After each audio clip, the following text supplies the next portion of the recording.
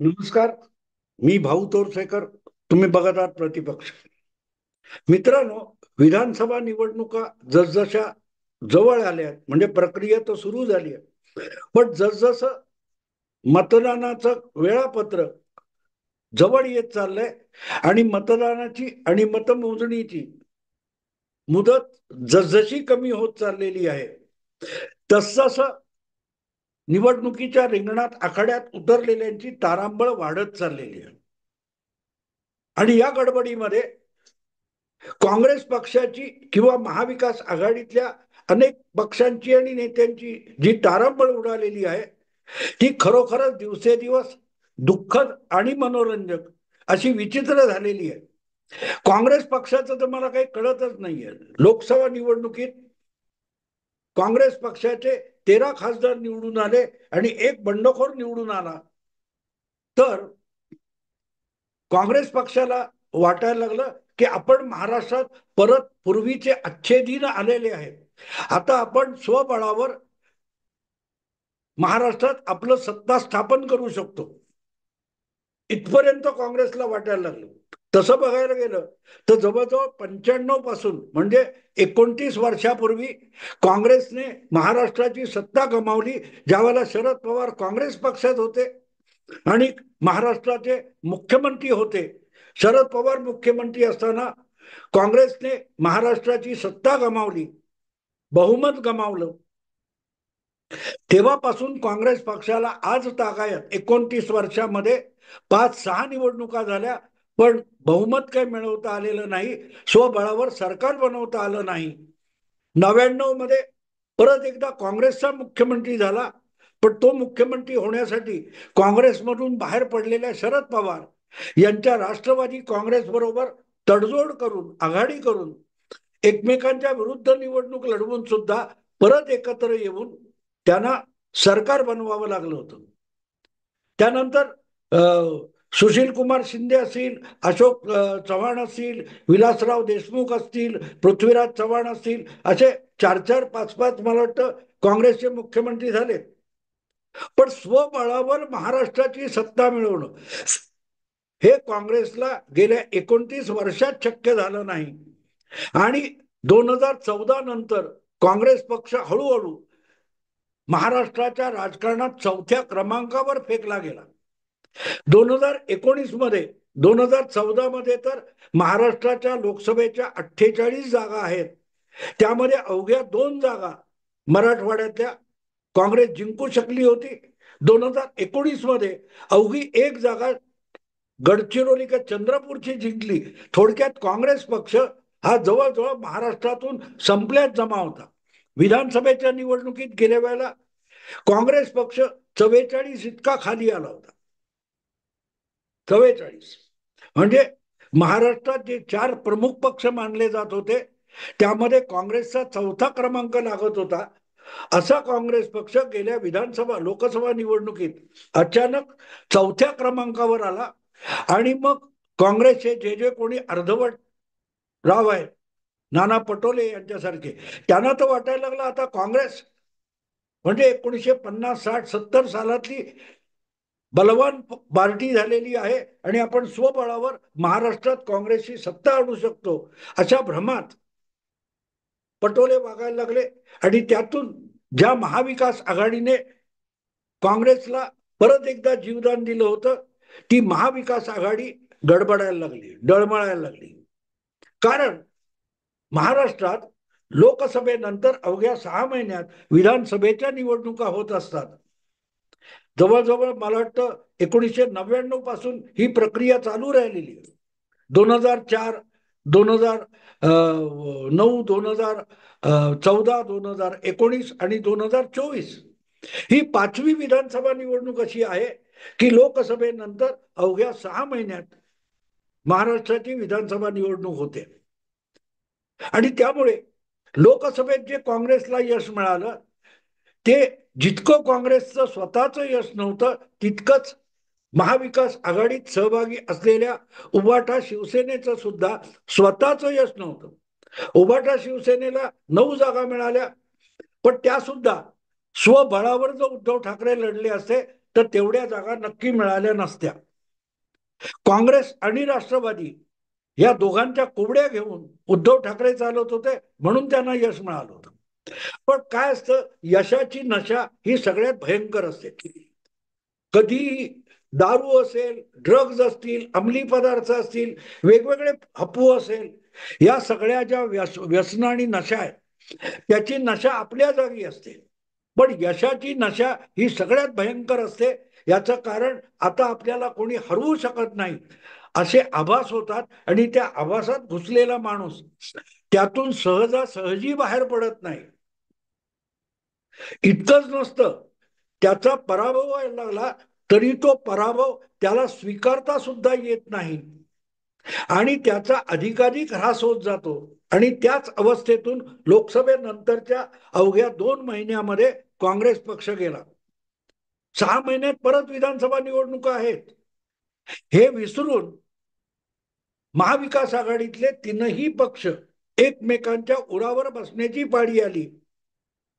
आणि त्यातही उद्धव ठाकरेंच्याही पलीकडे पोहोचलेले नाना पटोले यांना तर मुख्यमंत्री होण्याची स्वप्न पडायला लागली.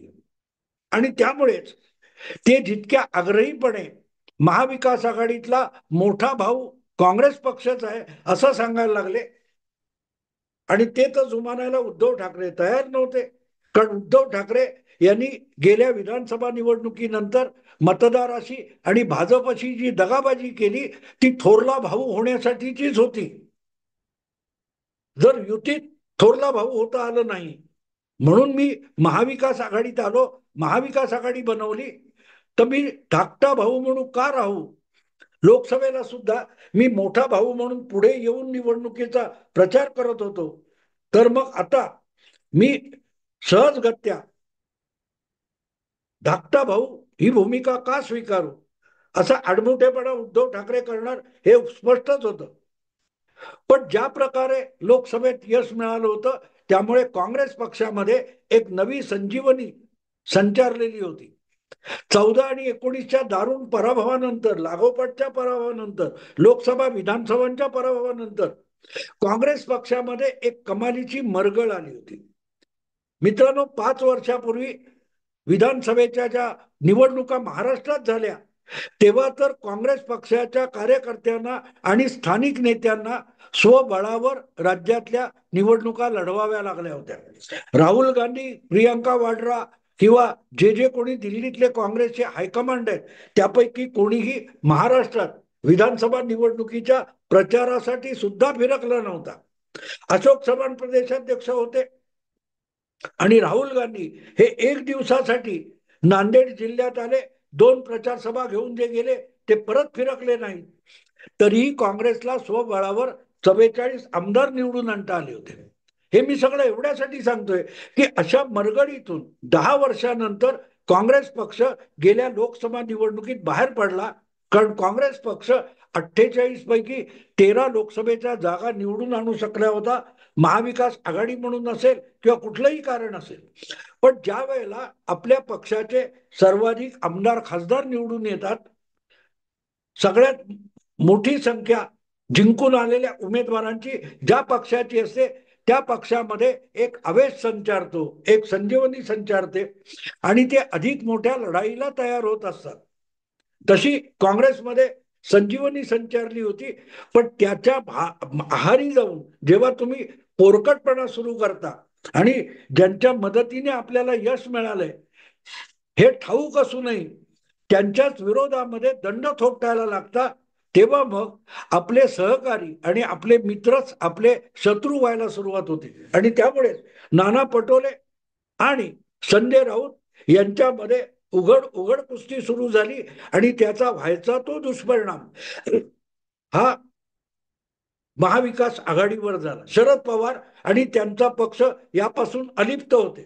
खरं बघायला गेलं तर महाराष्ट्राच्या लोकसभेच्या निवडणुकांमध्ये जे निकाल लागले त्यामध्ये सर्वात उत्तम यश हे शरद पवारांच्या पक्षाने मिळवलं होतं.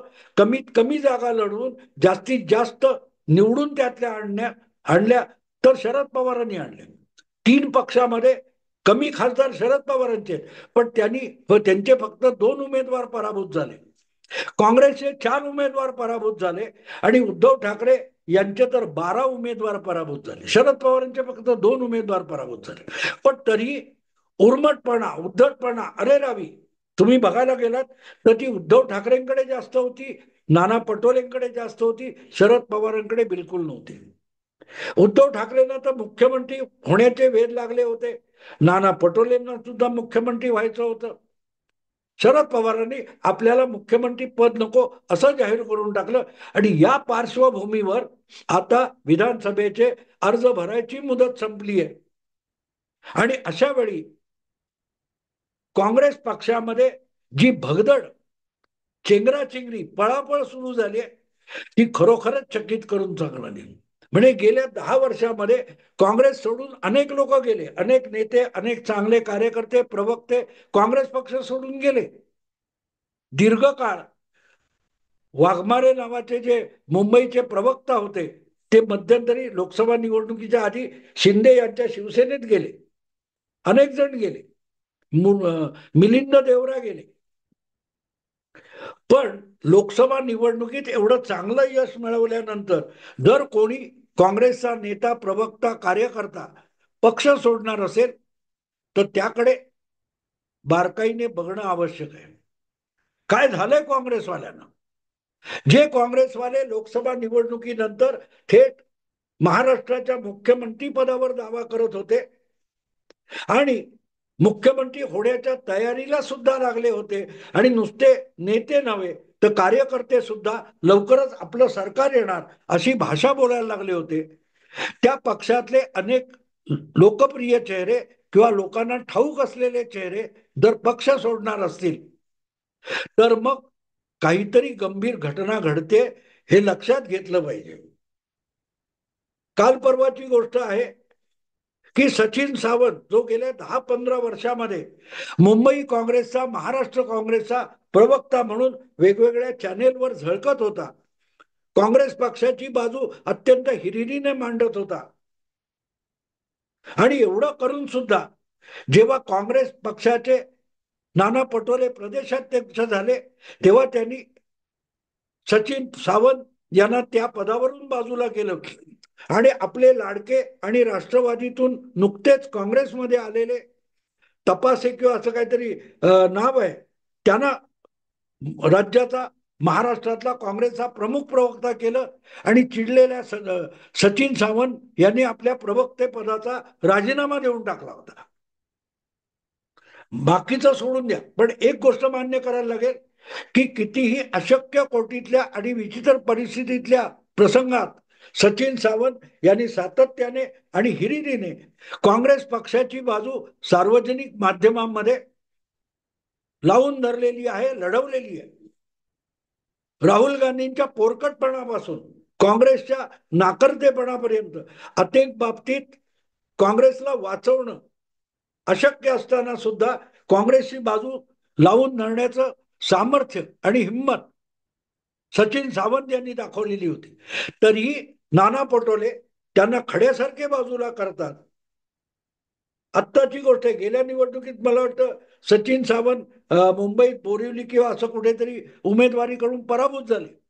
लागोपाठचे पराभव पचवून सुद्धा हिरिरीने आणि प्रामाणिकपणे आपलं सगळं कौशल्य पणाला लावून जो माणूस पक्षाची बाजू लढवत असतो त्याचं जर कौतुक झालं नाही, त्याच्या पाठीवर कौतुकाची थाप पडली नाही आणि त्याला जर अधिकाधिक प्राधान्य मिळालं नाही तर पक्षाला मिळालेली उभारी फार काळ टिकत नाही. हे मी सचिन सावंत बद्दल एवढ्यासाठी बोलतोय की आत्ताच्या विधानसभा निवडणुकीत महाविकास आघाडी जे जागा वाटप झालेलं आहे त्यामध्ये अंधेरी काहीतरी अंधेरी पश्चिम किंवा वर्सोवा अशी कुठची तरी जागा ही सचिन सावंत यांना काँग्रेस पक्षातर्फे देण्यात आली, आणि काँग्रेस पक्षातर्फे याचा अर्थ महाविकास आघाडीतर्फे देण्यात आली.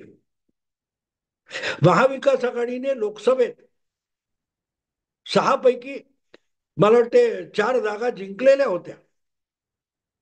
म्हणजे मुंबईमध्ये महाविकास आघाडीला विधानसभेत सुद्धा चांगलं यश मिळण्याची शक्यता आहे. आणि महाविकास आघाडीत असल्यामुळे काँग्रेस पक्षाच्या विधानसभा उमेदवारांना सुद्धा यश मिळण्याची चांगली शक्यता आहे. 5 वर्षापूर्वी जेवढं काँग्रेसला यश मिळण्याची अपयश मिळण्याची खात्री देता येत होती, तेवढी आज काँग्रेस पक्षाला मुंबईमध्ये विधानसभा निवडणुकीत यश मिळण्याची खात्री देता येते. अशा वेळेला वर्सोवा किंवा अंधेरीचं जे उमेदवारी मिळाली ती सुद्धा सचिन सावंत यांना आवडलेली नाही. त्यांनी ती नाकारली किंवा परत करण्याचा काही प्रयत्न केला अशी बातमी आली. त्यांना वांद्रे पूर्वची जागा हवी होती, पण ती काय मिळाली नाही. काही असो, पण कुठली का जागा होईना मिळाली तर ती जिंकण्याची शक्यता आहे हे ओळखून जर सचिन सावंत ती स्वीकारायला तयार नसतील किंवा नाराज होत असतील तर काँग्रेस पक्षामध्ये काहीतरी मोठं बिनसलंय हे मान्य करावं लागतं. आणि असे एकटे सचिन सावंत नाही, महाराष्ट्राच्या अनेक भागात राष्ट्रवादी काँग्रेस, शरद पवार गट असेल, उद्धव ठाकरे यांची उभाठा शिवसेना असेल किंवा काँग्रेस पक्ष असेल, त्यांचे अनेक नेते आपापल्या पक्षाला रामराम ठोकून सरळ सरळ विरोधी गोटात जाताना दिसत आहेत. मुंबई महापालिका हा शिवसेनेचा दीर्घकाळ बालेकिल्ला राहिलेला आहे. किंबहुना शिवसेना महाराष्ट्रभर तेव्हा पसरली जेव्हा मुंबई महापालिका शिवसेनेने एक हाती जिंकली होती.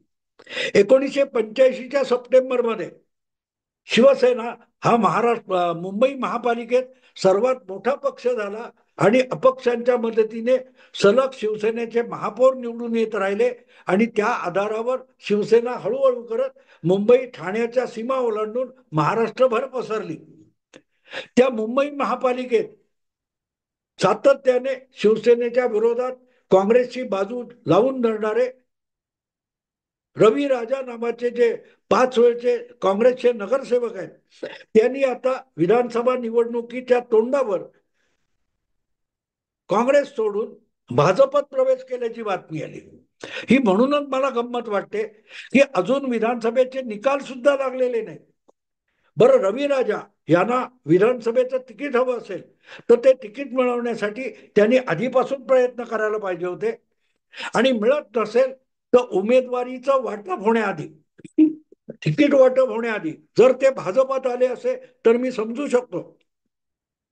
पण त्यांनी शेवटपर्यंत काँग्रेस पक्षाला संधी दिली की माझ्यासारख्या म्हणजे रवी राजा यांच्यासारख्या कार्यकर्त्याला प्राधान्य मिळालं पाहिजे, पण ते मिळालं नाही.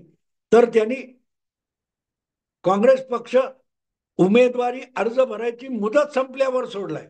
आणि इथे पक्षाच्या वैचारिक निष्ठा आणि पक्षाच्या विषयी असलेली आस्था स्पष्ट होते की केवळ उमेदवारीसाठी त्यांनी पक्ष बदलला नाही, उमेदवारीची वेळ टळून गेल्यानंतर पक्ष सोडला.